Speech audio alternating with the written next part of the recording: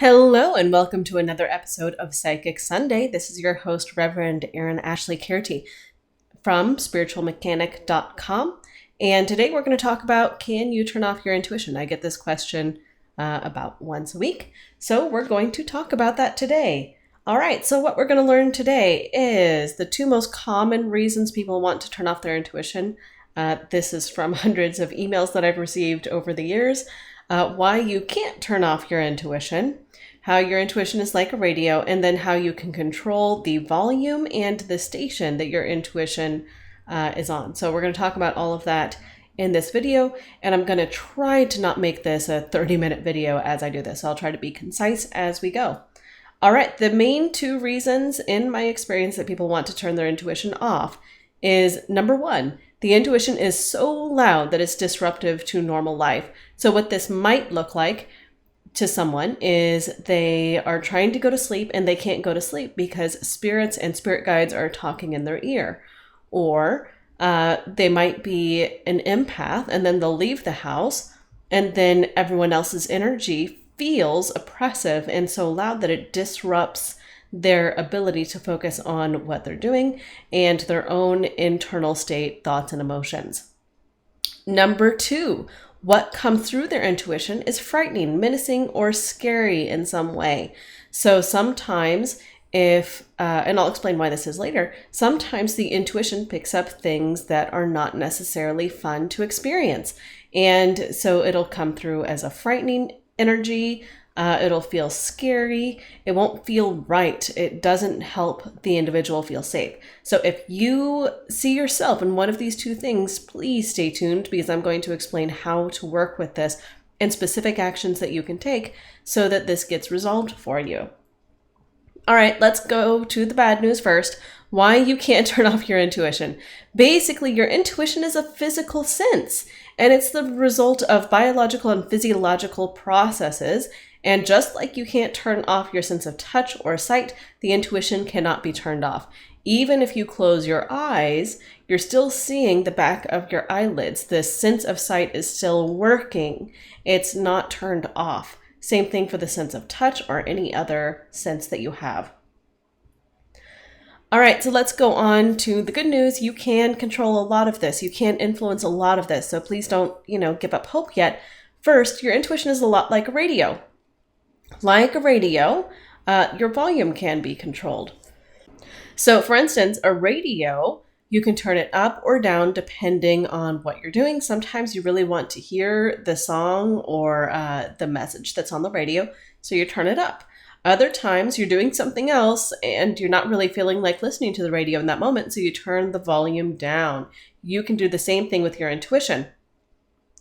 A radio picks up unseen radio waves that can tune into specific frequencies. So, you can change the station. If there is a song on that you don't like, that doesn't feel good to you, you can change the station and listen to a different song. Or if there's a commercial on, you can change it. The intuition, you can also change the station to your intuition. You can take something that doesn't feel good, it's a message that doesn't resonate or allows you to feel fear very easily, it scares you, it doesn't feel right, and you can change the station to one that feels good, that's comforting, uplifting, and empowering. The main difference between your intuition and a radio is that you can't really turn your intuition off. Don't have direct control over that. But if you work on the other two, it really doesn't matter. All right, let's talk first about how to control the volume of your intuition. Your intuition's volume can be controlled by working with your brow chakra that's located in right in between your eyebrows, just about an inch above. It's also called your third eye chakra. This is your psychic center. So that is the chakra that governs psychic experiences and your intuition.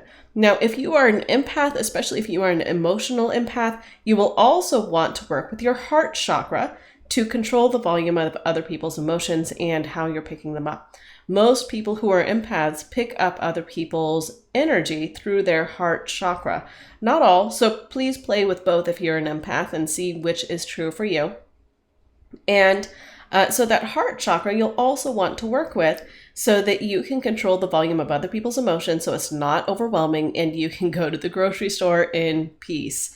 All right, to control the volume, You will want to imagine the appropriate chakra, that brow chakra, the heart chakra, and imagine it to shrinking to a pinpoint. But, and this is very important, you still want it spinning appropriately. Chakras are energetic organs. Do not cut off the energy here. All right, so this is a big beginner mistake alert, because this is what will happen if you don't practice or if you're unaware of the effect of simply shrinking the chakras. Beginners will very often restrict the energy flow when shrinking the chakras. For instance, if you think of a water faucet, it can have low pressure and it will go through very slowly, even though it's the same size. Or you can have a lot of water pressure and the water will go through very quickly. Whenever you shrink the chakras, make them a little bit smaller, you want to imagine the same amount of energy is going through. Please do not stop spinning your chakras or restrict the energy flow. Allow the same amount of energy to flow through the smaller chakra. And when this is done right, it should feel more centered in your physical body. It will feel stronger and the energy should feel more focused. If it doesn't feel that way, keep practicing. This does take a little bit of practice, so just keep working at it. Sometimes you do get it right the very first time. Other times it takes just a little practice. So keep at it.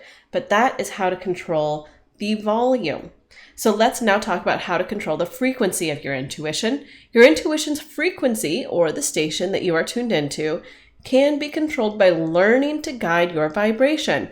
Your vibration is your energetic state. It is tied to your emotions. So the lower your vibration, if you're chronically in an anxious, scared, or fearful state, the less fun your intuitive hits are going to be. So if you're having a lot of intuitive hits that leave you feeling frightened, that leave you feeling anxious, or make you feel uncentered or unfocused, then likely this is a vibration issue. You want to work to raise your vibration.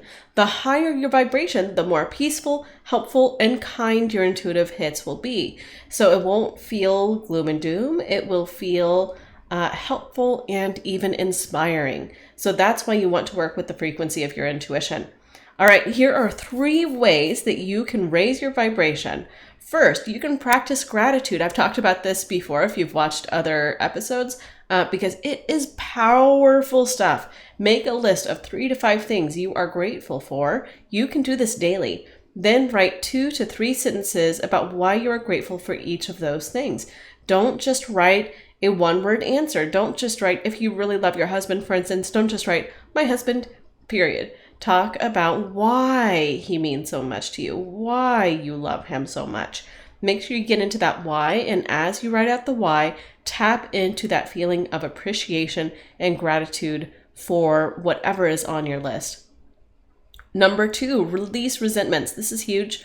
Resentments are unhealed emotional wounds. And the more you heal them, the higher your natural vibration will be. This means that if you work on releasing and forgiving the past resentments in your life, whether it's a person, a circumstance, or something else, then you will find yourself finding peace and happiness more often in your life naturally. And that's a good thing. So please do work with that. And by the way, this doesn't mean that you aren't going to hold people accountable whenever they do something that needs to be addressed. This means that you're not an emotional slave while that process is happening. So you can address it without feeling that heavy anger or resentment or fear or sadness or apathy or whatever comes up for you.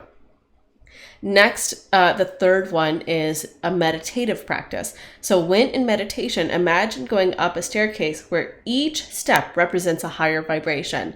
Allow yourself to let go of the lower vibrations as you go up the staircase. Now, this is really beautiful for you if you are someone who likes to meditate, especially if you're a visual meditator. This is beautiful. You don't have to be a visual meditator. Just imagine letting go of the lower vibes and imagine going up and allowing yourself to feel more happiness, peace, and expansion as you go. And that's a beautiful way to raise your vibration. And that will allow you to get better intuitive hits. And it will allow you to have a better relationship with your intuition, because you're not going to hate it if it's being helpful, right? So that's how you can do that. So now it's on to you. I want you to try any of these techniques. I offered quite a few.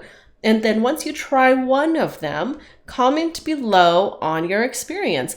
And of course, if you have a tip as well about how to work with either of these things, please feel free to drop them in the comments. Help out your brothers and sisters in intuitive abilities and help us all out. So I would love to hear from you. Go ahead and comment. Thank you so much for watching. Make sure you're subscribed so that you can get more. You can get the email list at www.spiritualmechanic.com.